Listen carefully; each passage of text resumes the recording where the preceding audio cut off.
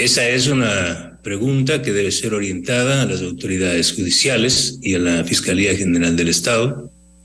Cuando yo tuve información al respecto, lo primero que hice fue solicitar a la señora Fiscal General del Estado, con fecha 26 de enero, que remita a mi despacho un informe sobre la situación de la indagación previa abierta por el fiscal Balda en la ciudad de Manta por un caso de narcotráfico titulado León de Troya. Recién antier, el día lunes, la señora fiscal respondió a mi despacho señalando que la referida indagación previa había sido archivada porque no existían pruebas suficientes. Obviamente el archivo del juez, Quito es el apellido del juez, se produjo tras un pronunciamiento y una solicitud de archivo del fiscal de la causa. Es decir, es la función judicial. Sí. Y la fiscal general del Estado quienes deben responder por el archivo de este proceso. Ahora, tú eres una persona, un especialista en investigación, Fernando, has publicado libros, has logrado pues cambios importantes en la sociedad gracias a esas investigaciones, de manera que tienes un criterio súper claro si es que tú presentas un episodio donde hay contenido. Me pregunto, ¿tú considerabas que efectivamente habían los elementos suficientes para continuar la investigación o no? Yo no puedo confundir dos procesos, lo que es el periodismo de investigación y lo que es un proceso de investigación penal. Okay. Son dos temas radicalmente distintos. Los tiempos del periodismo son unos y los tiempos del proceso fiscal son otros. Y yo jamás como periodista, jamás me habría prestado para entregar como azufre a Satanás o como mecha de dinamita a las FARC un trabajo supuestamente de investigación periodística. Y eso es absolutamente importante, porque lo que estamos viviendo en el Ecuador, y hay que decirlo por la información que tengo, es una guerra de grupos mafiosos. Hay el interés clarísimo de los mexicanos de desplazar a los albaneses, y estamos investigando qué fuerzas transnacionales y nacionales están atrás. Lo que ha hecho el medio digital Aposta, y siempre defenderé el trabajo periodístico, es filtrar una información. Y no hay trabajo de investigación periodístico, y lo voy a decir con letras mayúsculas.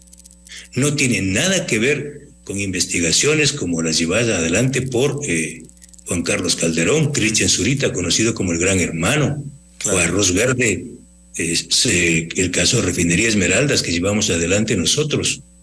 Nosotros jamás, porque en eso soy respetuoso de la ley y la Constitución, jamás un periodista puede violar el secreto y la reserva de una indagación previa que está bajo cadena de custodia. Eso es un delito. Segundo, el periodismo hace investigaciones y pone la verdad y pone luz a la sociedad. Reitero, no presta o no facilita sus investigaciones, entre comillas, a grupos que conspiran contra el Estado. Y mucho más cuando se trata de grupos que tienen de rodillas a la sociedad ecuatoriana, como son los narcos en el Ecuador. Aquí hay una guerra de los carteles de Sinaloa, Jalisco Nueva Generación y los albaneses. Y además no se dice toda la verdad. Si han accedido a toda la información, la indagación previa, debían hacerlo todo. ¿Por qué no presentan lo que nosotros estamos sacando, por ejemplo? Lo que ha hecho Plan B desde hace varios meses, lo que ha hecho periodistas como la propia revista Vistazo o Primicias, de revelar los contenidos y las operaciones de los albaneses vinculados al tránsito y al transporte de cocaína a los puertos de Amberes, Hamburgo y otros. ¿Por qué no han revelado toda la historia? Recién ahora se sabe que no hay dos Dritan, mejor dicho, no hay un Dritan. Uno, no son dos. Ajá. No hay dos. Ajá. ¿Sí? Entonces, imagínate tú la confusión. Total. Porque el Dritan que fue sentenciado, procesado y sentenciado por narcotráfico, sí, fue el primer Dritan o Dritan 1, fue sentenciado el año 2014 y obtuvo la libertad, si no me equivoco, el año 2020, la prelibertad. ¿Quién fue el abogado defensor del señor Dritán, ¿sí? Harrison Salcedo, el mismo abogado de Rasquiña y el abogado de Jorge Glass. Claro. El señor Dritán Chica, que es el otro Dritán que aparece en la trama como el gran hermano, empieza a constituir empresas a partir del año 2014, cuando el señor Cherres sale de la penitenciaría cumpliendo una condena por narcotráfico. Y el señor Dritán II se encarga de montar una serie de empresas de fachada para exportar banano, frutas, pescado, camarón a Europa principalmente en contenedores contaminados con cocaína. Esa es parte de la realidad.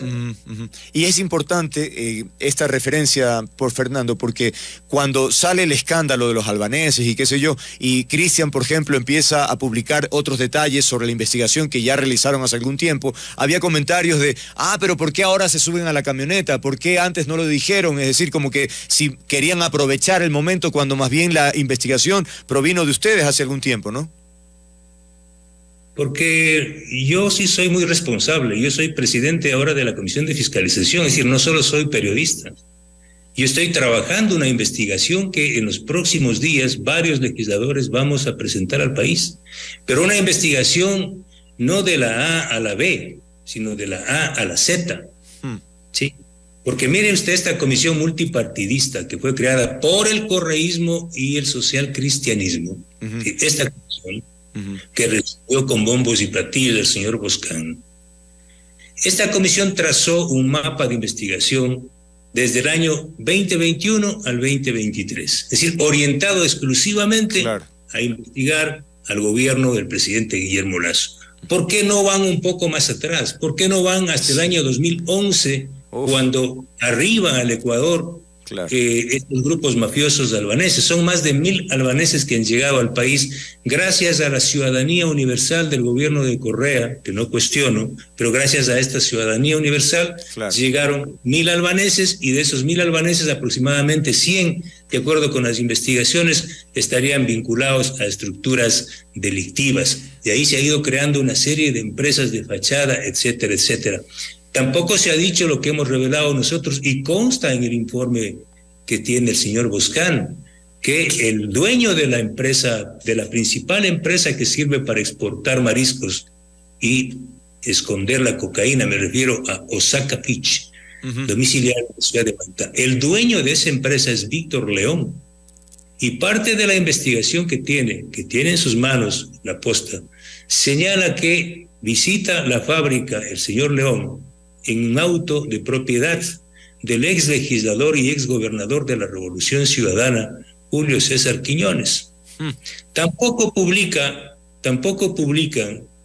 la parte de la estructura y los contactos que realiza Cherres con el señor José Nebot, que es hermano de Jaime Nebot. Del alcalde Jaime Nebot. Hay más de 1,000 llamadas telefónicas, pero yo no puedo caer en la irresponsabilidad, Andrés, de tomar una indagación previa y publicarla sin contrastar, porque aunque sea incluso una indagación previa, uno tiene como periodista que contrastar, porque lo que dice la justicia, y mucho más en un país como este, ¿sí? Donde se emiten sentencias por orden político y de grupos de poder. El periodista debe ser absolutamente impecable y responsable y contrastar la información. Aquí no hubo contraste de información. Aquí lo que hubo es una filtración de una información que estaba bajo reserva, reitero, ojo, cadena de custodia en la Fiscalía General del Estado. El periodista Boscán Anderson mencionó algunas cosas en su intervención, por ejemplo, que la mafia financió la campaña electoral de Guillermo Lasso con $1,5 millones. ¿Hay alguna evidencia, tú crees, sobre el particular? Porque llama la atención, parece que nos pide un acto de fe, ¿no? Que tenemos que creer lo que nos dice, pero ¿cuáles son las pruebas? Bueno, ese indicio existe, pero ¿cómo puedo yo publicar sin haber contrastado?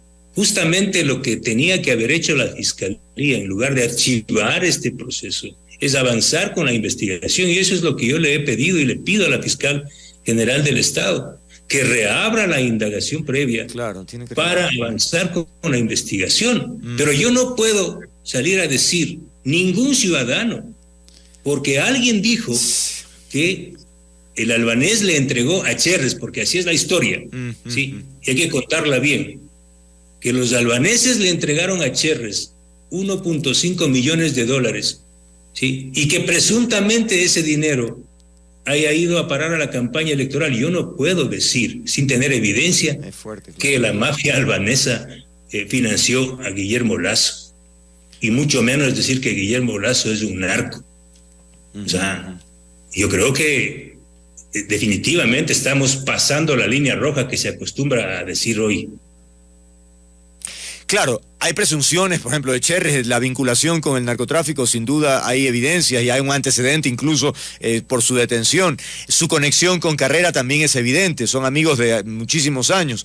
Alguien decía más temprano que por qué, por ejemplo, Carrera no denuncia a Cherres, que esa sería una evidencia de que tal vez están utilizando el nombre de Carrera, ¿no? Que este Cherres aprovecha, porque debe ser una persona, pues, obviamente en ese mundo mintiendo permanentemente. Entonces, bueno, que lo demuestre haciendo la denuncia, pero bueno, Carrera todavía no se expresa en ese tema, pero ¿cómo, a tu juicio, ese sería el camino? Reabrir el caso e investigar, transparentarlo para que quede claro, porque hay muchos elementos que generan todavía cierta confusión, Fernando. Sí, lo primero que quiero transparentar es, yo empiezo a investigar hace 1 año y medio las operaciones de Cherres, los vínculos de Cherres, de un personaje que no es funcionario público, claro, pero que aparece constantemente en las empresas públicas. Yo empiezo a investigar. Y yo le doy esa información a Anderson Boscan, en privado y en público. Y luego, cuando llega a mis manos 2 láminas que se incorporan en una ayuda a memoria, hace 4 meses o más, yo le entrego a varios colegas periodistas y le digo, ayuden a investigar, porque siempre he sido así, como tú, encuentras un indicio, colaboras o pides colaboración con otros colegas, porque yo en la asamblea tengo 2 asesores, y quienes saben investigar mucho mejor son los periodistas de investigación. Eso es lo que he hecho. Por supuesto. Pero yo jamás pensé que se iba a difundir parte de esto y luego a acceder. Yo no sé los contactos que tenga, pero eso también tiene que investigarse. ¿Quiénes están atrás? ¿Sí? Porque leo mensajes de un exministro del Interior, ¿sí?, del gobierno de Correa, que aplaude esta filtración de información en contra de la mafia albanesa. ¿Cuál es el interés? ¿Acaso fue él quien le entregó la información al apóstol? ¿Sí?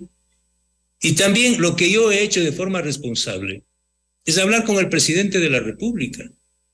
Y esto también le comenté públicamente en una entrevista hace pocos días en La Posta, señalando que había conversado con el presidente de la República y le había dicho de la existencia de esta investigación.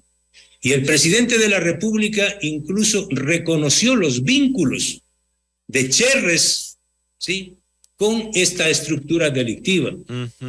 Pero obviamente, de ahí a pasar a que el presidente de la República, sin investigación, sin haber contrastado nada, tenga una responsabilidad, ese es un asunto o un proceso que está en marcha.